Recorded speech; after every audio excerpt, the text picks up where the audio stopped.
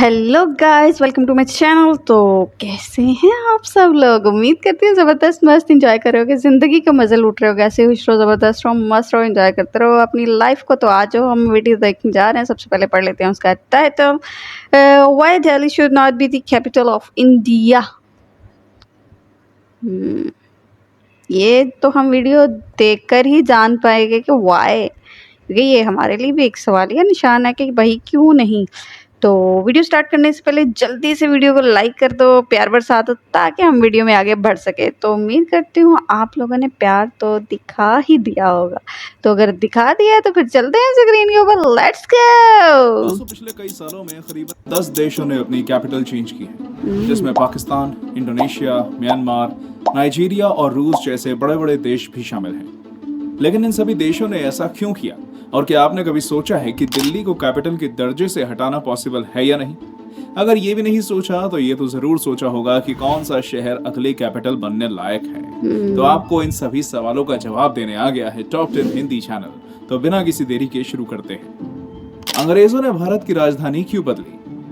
दोस्तों, 13 फरवरी को अगर आप केवल वैलेंटाइंस वीक के एक खास दिन किस डे के तौर पर जानते हैं, तो हम आपको बता दें कि 92 साल पहले राजधानी दिल्ली के सफर की शुरुआत इसी तारीख से हुई थी। यूं तो कोलकाता से दिल्ली को राजधानी बनाने की घोषणा जॉर्ज द फाइव ने 11 दिसंबर 1911 को हुए दिल्ली दरबार में की थी, लेकिन दिल्ली का राजधानी के रूप में सफर 13 फरवरी 1931 को शुरू हुआ था। 1911 में British architect sir Edwin Lutyens और सर हर्बर्ट बेकर को दिल्ली डिजाइन करने का जिम्मा सौंपा गया था। हालांकि लॉर्ड हार्डिंज ने 4 साल के अंदर दिल्ली को राजधानी के रूप में पूरा होने का सपना देखा था, लेकिन शायद उनके इस सपने पर फर्स्ट वर्ल्ड वॉर ने पानी फेर दिया। वहीं बंगाल बंटवारे का फैसला लेने वाले लॉर्ड कर्जन इस फैसले से खुश नहीं थे। दोस्तों, अब जानते हैं राजधानी बदलने की असली वजह। कलकत्ता की जगह दिल्ली को राजधानी बनाने के पीछे 2 खास वजह थी। पहली ये कि ब्रिटिश सरकार से पहले कई बड़े साम्राज्यों ने दिल्ली से शासन चलाया था, जिसमें आखिरी थे मुगल, और दूसरी वजह थी दिल्ली का उत्तर भारत की ज्योग्राफिकल सिचुएशन। ब्रिटिश सरकार का ऐसा मानना था कि दिल्ली से देश प्रशासन चलाना ज्यादा आसान होगा। हालांकि कुछ जानकार ऐसा भी मानते हैं कि बंगाल बंटवारे के बाद कलकत्ता में हिंसा और उत्पात में हुए इजाफे और बंगाल से धूल पकड़ती स्वराज की मांग को मद्देनजर रखते हुए यह फैसला लिया गया था। देश जिन्होंने अपनी राजधानी बदली।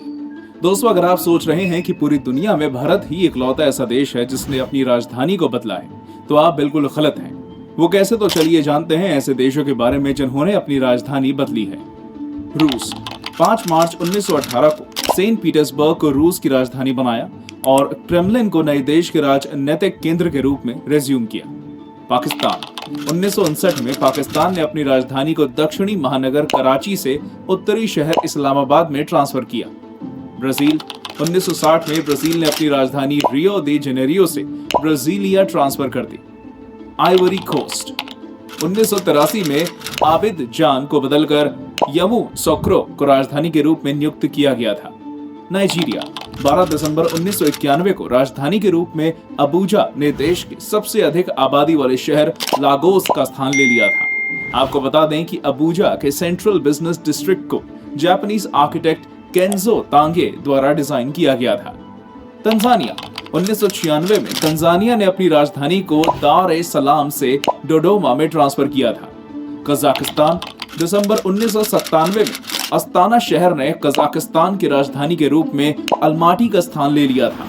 दोस्तों, अस्ताना का कजाक में मीनिंग कैपिटल सिटी है।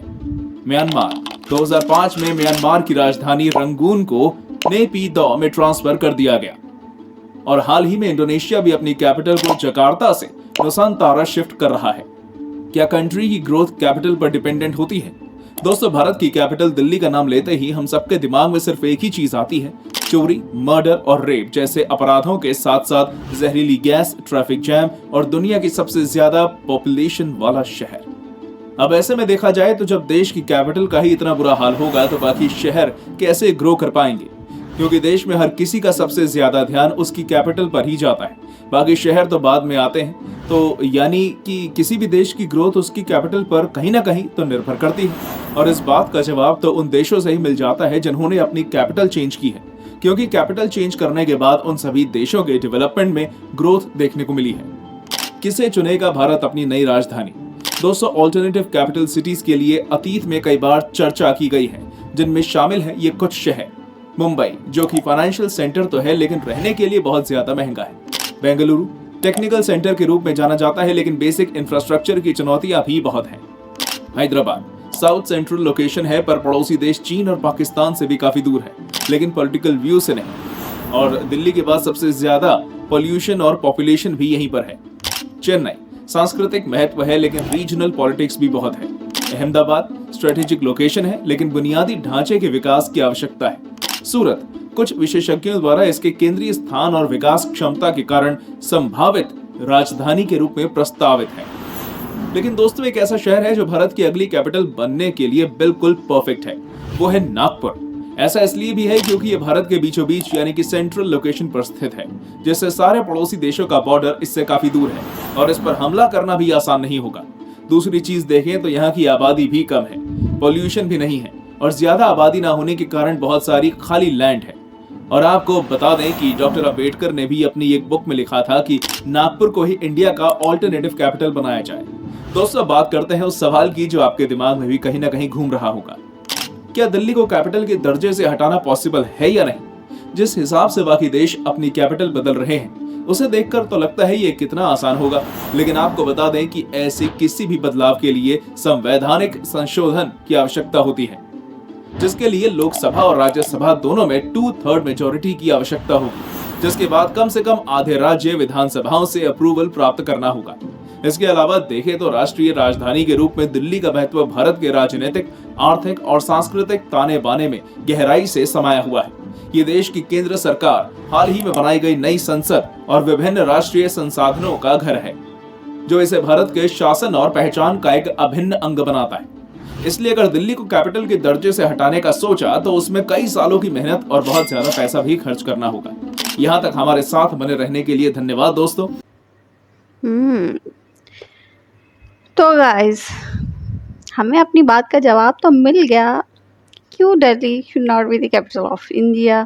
तो रीज़न सॉलिड है। बाकी हाँ, मुल्क के लिए जो बेहतर है, जो सेफ सिक्योर हर लिहाज से वो चीज़ें देखी जाती हैं। फिर मतलब ये वही ना, ये सारे काम सियासतदानों के और उन्होंने ही निपटाने हैं। हम तो बस देखेंगे क्या बनना है क्या होना है, हम सिर्फ देखते हैं और हमारा काम सिर्फ देखना है। बाकी गाइस, आप लोगों को वीडियो कैसी लगी? उम्मीद करती हूँ वीडियो पसंद आई होगी। अगर अच्छी लगी है तो लाइक, सब्सक्राइब और शेयर करना बिल्कुल मत भूलिएगा। तो ऐसे ही दुआदार और मस्त वीडियो के साथ आपसे मिलते रहेंगे। तब तक के लिए टेक केयर, अल्लाह हाफिज़।